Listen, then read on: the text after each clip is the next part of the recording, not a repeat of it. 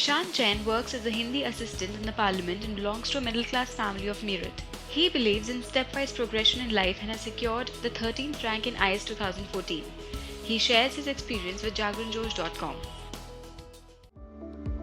हिंदी माध्यम के अभ्यर्थियों के लिए सटीक रणनीति क्या है? हिंदी माध्यम के छात्र आईएएस एग्ज़ाम से बिल्कुल भी ना घबराएं और आत्मविश्वास बनाए रखें। किसी भी तरह के पूर्वाग्रह और किसी भी तरह की नकारात्मकता से बचें। आजकल हिंदी में बहुत अच्छी अध्ययन सामग्री भी सामान्य अध्ययन के लिए उपलब्ध होने लगी है। आप देखिए कि जितनी भी भारत सरकार के प्रकाशन हैं, जितनी भी वेबसाइटें हैं, उनमें वो उन सब के हिंदी अनुवाद उपलब्ध हैं और अच्छे अच्छे जो बड़े प्रकाशन हैं उन्होंने अपने हिंदी अनुवाद उपलब्ध करा दिए हैं। और इसके अलावा हिंदी माध्यम के अभ्यर्थी अंग्रेज़ी को हौवा ना बनाएं। अंग्रेज़ी हिंदी से बहुत आसान भाषा है, तो अंग्रेज़ी के भी थोड़ा थोड़ा अंग्रेज़ी के जो सिंपल इंग्लिश के जो सोर्सेज हैं उनका भी यूज़ करते रहें और उनको इस्तेमाल करते हुए।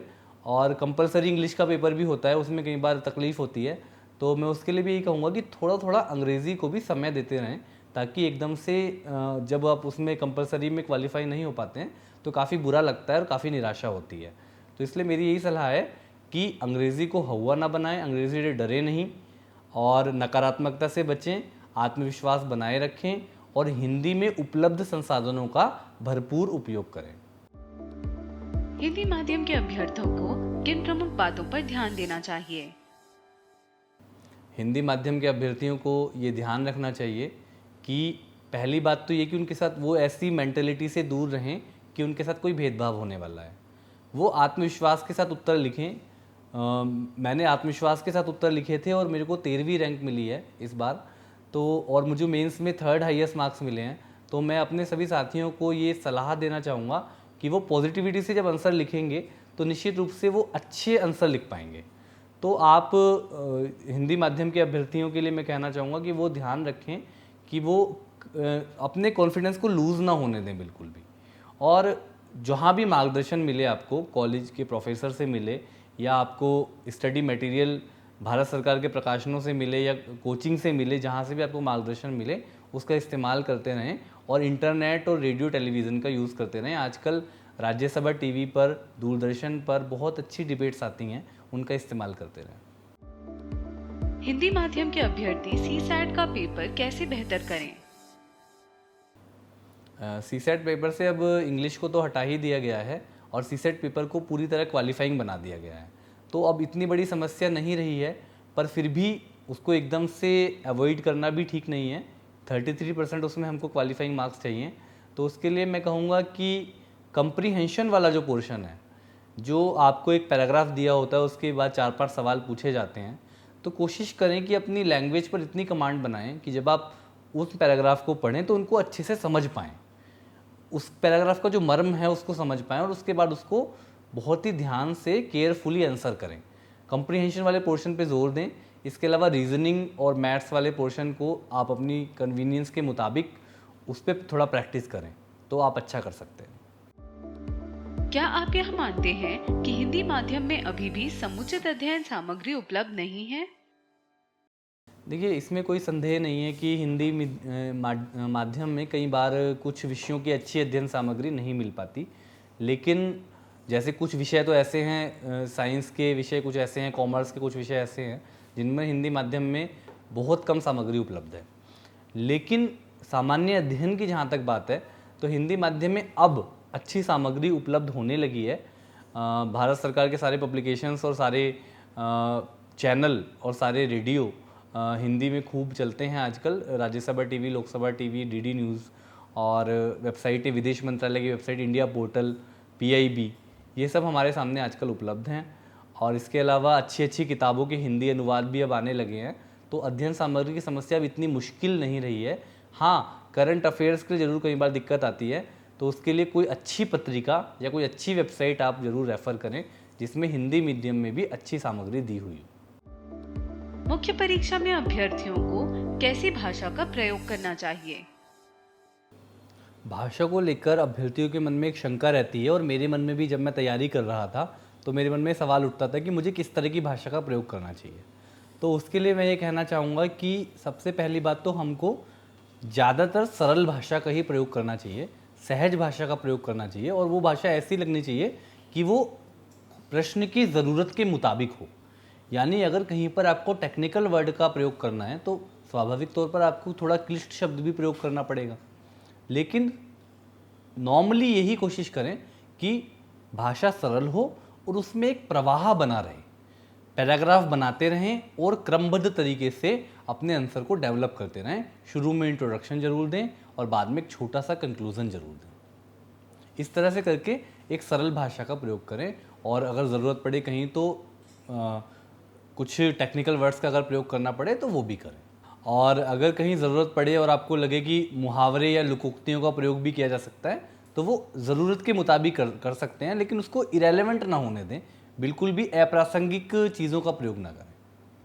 शब्दों को थोपने की आवश्यकता बिल्कुल नहीं है, शब्दों को थोपने की कोशिश बिल्कुल ना करें।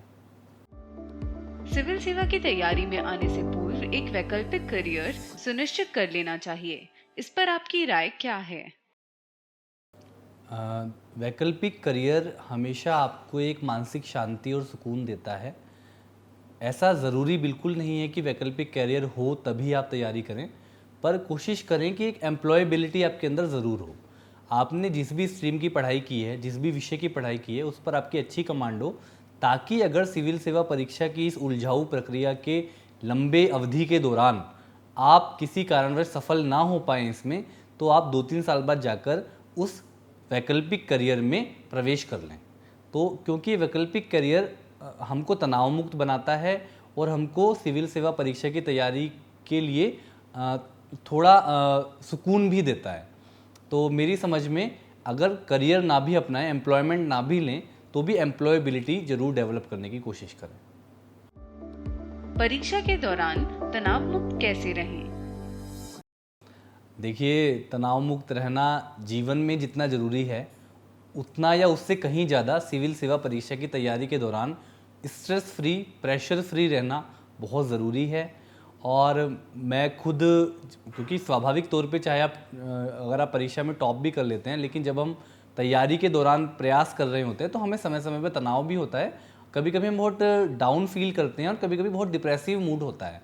तो ऐसे में कोशिश करें कि जो आपकी हॉबी है, जिस भी चीज़ में आपको मज़ा आता है, लिसनिंग म्यूज़िक, रीडिंग नॉवेल्स या योगा, प्राणायाम, भगवान की पूजा करने में अगर आपको मज़ा आता है, या आपको कोई स्पोर्ट्स खेलने में मज़ा आता है, जो भी आपकी हॉबी है, जैसे मेरे को कविताएं लिखना और पढ़ने में मज़ा आता था, या मुझे लोगों से बातें करना अच्छा लगता था, तो आप इस तरह से कोई भी एक हॉबी अपनी बनाए रखें, उसको परस्यू करते रहें और पढ़ाई के दौरान बोरिंग ना हो उसके लिए थोड़ा थोड़ा एंटरटेनमेंट भी करें, मौज मस्ती और दोस्तों से भी मिलें, लेकिन बहुत ज़्यादा नहीं।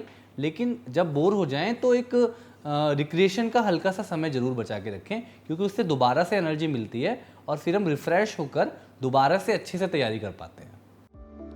हॉबी और तैयारी के बीच कैसे समन्वय किया जाए?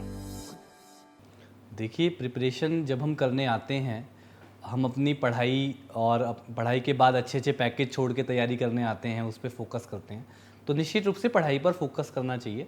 लेकिन साथ में थोड़ा थोड़ा बोरियत से बचने के लिए, थोड़ा सा अपने को खुश रखने के लिए, तनाव मुक्त रहने के लिए हॉबीज़ को भी परस्यू करते रहना चाहिए। और उसको समन्वय करने का एक ही तरीका है कि जब आप तनाव फील करें, थोड़ा डाउन फील करें, डीमोटिवेटेड फील करें, उस समय अपनी हॉबी का यूज़ करें। ये ना करें कि पूरे दिन हॉबी को ही परस्यू कर रहे हैं, पूरे दिन क्रिकेट मैच ही देख रहे हैं, ऐसा नहीं होना चाहिए। लेकिन हाँ, तैयारी को फोकस, जैसे कहते हैं ना आटे में नमक, तो आटा मेन पढ़ाई है, जो तैयारी है, और थोड़ा थोड़ा नमक के रूप में। बिना नमक के आटे में मज़ा नहीं आता, बिना नमक की रोटी स्वादिष्ट नहीं लगती है। तो थोड़ा थोड़ा हॉबीज़ का भी यूज़ करते रहें। जीवन के प्रति आपका दृष्टिकोण क्या है? लाइफ के बारे में मुझे इंडियन फिलॉसफी के 3 ऐसे प्रिंसिपल्स हैं जिन्होंने शायद मेरी ज़िंदगी बदल दी। एक तो मुझे गीता का जो निष्काम कर्मयोग का सिद्धांत है, डिसइंटरेस्टेड एक्शन का जो सिद्धांत है, जो हमें ये बताता है कि हम अपना कर्म अच्छे से करें और फल में ज़्यादा अटैच ना होएं। यानी फल जो भी होगा उसको छोड़ दें प्रकृति के ऊपर और अपने कर्म को अच्छे से करें, उसी पे फोकस करें। ऐसा मुझे महसूस हुआ कि प्रीलिम्स के दौरान और मेंस के दौरान निष्काम कर्मयोग ने मेरी बहुत हेल्प की।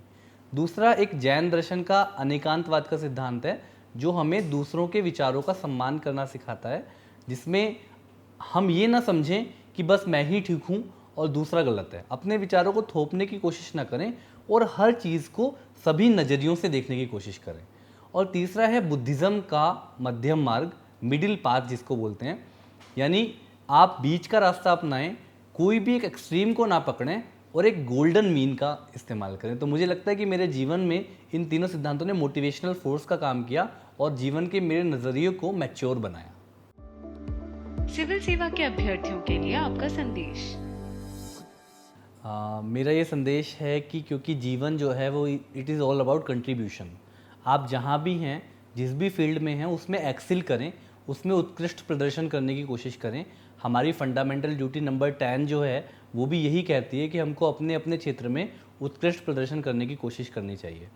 और मुझे एक कोटेशन बहुत अच्छी लगती है कि your life is your message to the world, so try to make it inspiring.